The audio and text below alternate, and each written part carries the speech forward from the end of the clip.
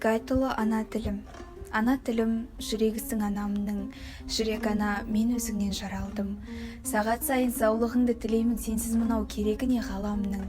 Сенің әрбір тынысың мен күн кешем, сен арқылы тіршілікпен тілдесем, ел бетіне қалай түзу қараймын ана тілім, егер сені білмесем. Сенің арқаң дүниеден сыр ұқсам, сенің арқаң жүзіп ішсем тұнықтан, туған анамды ұмытқаным емес пе туған тілім, егер сені ұмытсам. Сенің арқаң өзімді өзім түсінсем, ақыл ойым айбатым сен, күшім сен, қойсын маған күннің нұры түспей ақ ана тілім, арың атақ түсірсем.